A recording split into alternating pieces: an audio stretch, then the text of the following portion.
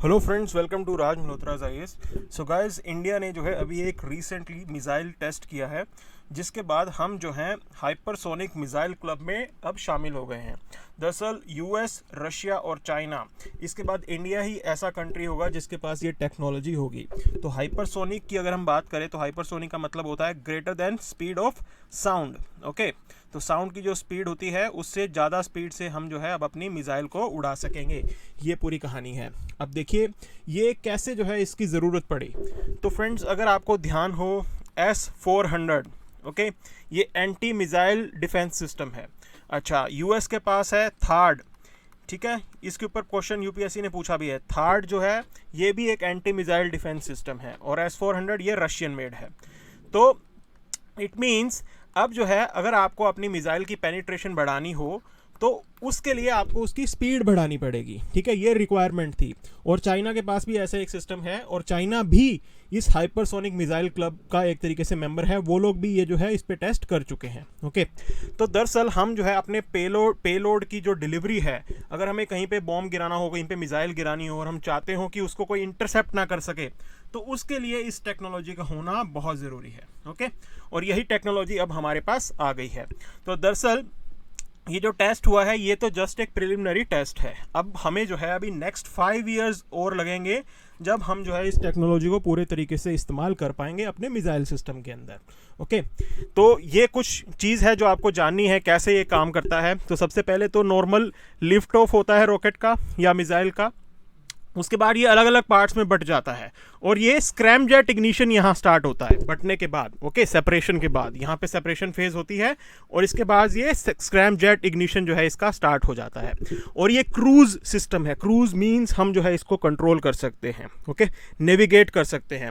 और यहाँ तक कि अगर फ्यूचर की अगर हम बात करें तो हमारे पास ऐसी टेक्नोलॉजी, ऐसे सैटेलाइट हमारे पास है, ठीक है ना, जिसके साथ हम इसको अलाइन करके हम नेविगेट भी इसको कर सकते हैं, जो कि इसकी पेनिट्रेशन को और ज़्यादा बढ़ा देगा। ओके, अब अगर हम बात करें तो इसके अंदर हमने जो है एक hyper sonic technology demonstrator vehicle जो है HSDTV जिसे बोलते हैं, इसको यहाँ पे डेवलप किया है, जो कि मैक 6 की स्पीड तक जा सकता है। मैक 6 का मतलब हो गया 6 साउंड की स्पीड से 6 टाइम ज़्यादा तक जो है ये जो है उड़ सकता है। ओके, इतनी ज़्यादा तेज ये जा सकता है। अगर हम देखें लेमन टर्म्स में तो 2 किलोमीटर्स पर सेकेंड की स्पीड जो है ये आराम से जो है अचीव कर सकता है। और इसके अंदर हम जिस टेक्नोलॉजी का यूज़ कर रहे हैं वो है आपका scramjet engine. Okay, so guys, ये जो स्क्रैमजेट इंजन है ये ऑलरेडी हम अलग अलग जगहों पे इस्तेमाल कर रहे थे, और पहले भी इंडिया ने सेम टेक्नोलॉजी को टेस्ट किया था, बट वो टेस्ट तब फेल हो गया था। ओके, वो बात हम आपको आगे बताएंगे, वो आएगी कहानी कि कैसे जो है ये कोशिश फर्स्ट कोशिश नहीं है इंडिया की, पहले भी इंडिया ट्राई कर चुका है, बट अब जो है हम सक्सेसफुल हुए हैं, तो ये बहुत अच्छी बात है। ओके, और ये लैंडमार्क अचीवमेंट है, आप मानिए, सिर्फ एक चौथा देश होना बहुत बड़ी बात होती है। ओके, तो ये इसकी पूरी कहानी है कि इसका सिविलियन यूज़ क्या होगा। मिलिट्री यूज़ तो समझ में आ गया हमें, लॉन्ग रेंज क्रूज मिसाइल के अंदर जो है उनकी स्पीड बढ़ाने को लेके, उनकी पेनिट्रेशन बढ़ाने को लेके हम इसका यूज़ करेंगे।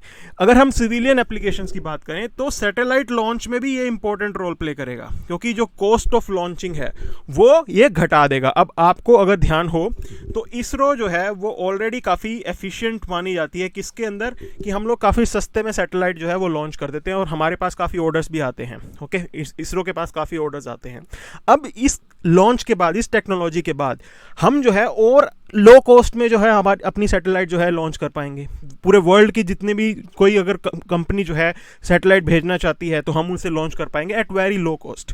तो ये हमारे लिए बिजनेस अपॉर्चुनिटी भी लेके आएगा। ओके, ये भी आपको देखना है कि बिजनेस के लिए कितना इंपॉर्टेंट है ये। अच्छा, अब ये जो स्क्रैमजेट इंजन है ये रैमजेट इंजन से एक एडवांस लेवल पे आता है, और ये उससे ज़्यादा एफिशिएंट होता है। ओके, अब रैमजेट जो बात करते हैं इंजन की, वो भी एक तरीके से सुपरसोनिक स्पीड अचीव कर सकता है, वो मैक 3 तक जा सकता है, बट उसके बाद क्या होता है कि एफिशिएंसी जो है फिर घटनी शुरू हो जाती है रैमजेट के अंदर। बट अब हम स्क्रैमजेट यूज़ कर रहे हैं, ओके, जो कि मैक 6 तक जा सकता है बहुत ही एफिशिएंटली। बहुत अच्छा ये सिस्टम है। अच्छा, अब आप देखिए, जो मैंने आपको स्टार्टिंग में बताया था कि this was not the first test. So जो मेडन लॉन्च हमने किया था वो दरअसल वो अग्नि बैलिस्टिक मिसाइल जो है उसका इंजन हमने यूज़ किया था और वो जून लास्ट ईयर में किया गया था, but that failed. Okay, at that time we failed. हमारा मेडन अटेम्प्ट में हम लोग फेल हो गए थे। क्या हुआ था, 30 किलोमीटर ऊपर तक गया था, उसके बाद जो बूस्टर था, अग्नि बूस्टर, वो जो डिज़ायर्ड ऑल्टीट्यूड हमें चाहिए वो अचीव नहीं कर पाया था। ओके, मतलब सेकंड स्टेज स्टार्ट भी नहीं हो पाई थी। मैंने आपको इनिशियली उसमें दिखाया था कि कैसे जो है पहले ऊपर जाता है बूस्टर, उसके बाद ये सेपरेशन स्टेज होती है, वहाँ से स्क्रैमजेट जो है आगे चलता है। तो वो बूस्टर जो है वो ऊपर तक जा ही नहीं पाया था, 30 किलोमीटर्स तक जा ही नहीं पाया था। ओके, तो इसलिए हमारा ये टेस्ट जो है फेल हो गया था। बट रिसेंटली जो है हमने बहुत ही एक अच्छी अचीवमेंट जो है अचीव की है। तो ये पूरी कहानी है जो आपको समझनी है। इसके मल्टीपल यूजेस होंगे, civilian uses, military uses, business के लिए अच्छा होगा, इसरो के पास ज़्यादा ऑर्डर आएंगे, एफिशिएंसी बढ़ेगी, हमारा पैसा जो है वो बचेगा। और फ्यूचर के अंदर इसके बाद क्या पता हम इसका यूज़ करें अपने जो है सैटेलाइट लॉन्च में तो होगा, लेकिन चंद्रयान और बाकी जितने भी हम लोग जो मिशन प्लान करते हैं उसके अंदर भी हम क्या पता इसका यूज़ करेंगे। ओके, क्योंकि पैसा जहां बचता है वहां हम बचाएंगे। ये पूरी कहानी है और ये इसका पूरा जो है इंडिया ने अचीव किया है। I hope this session is helpful for you guys. Please subscribe our channel. Thank you.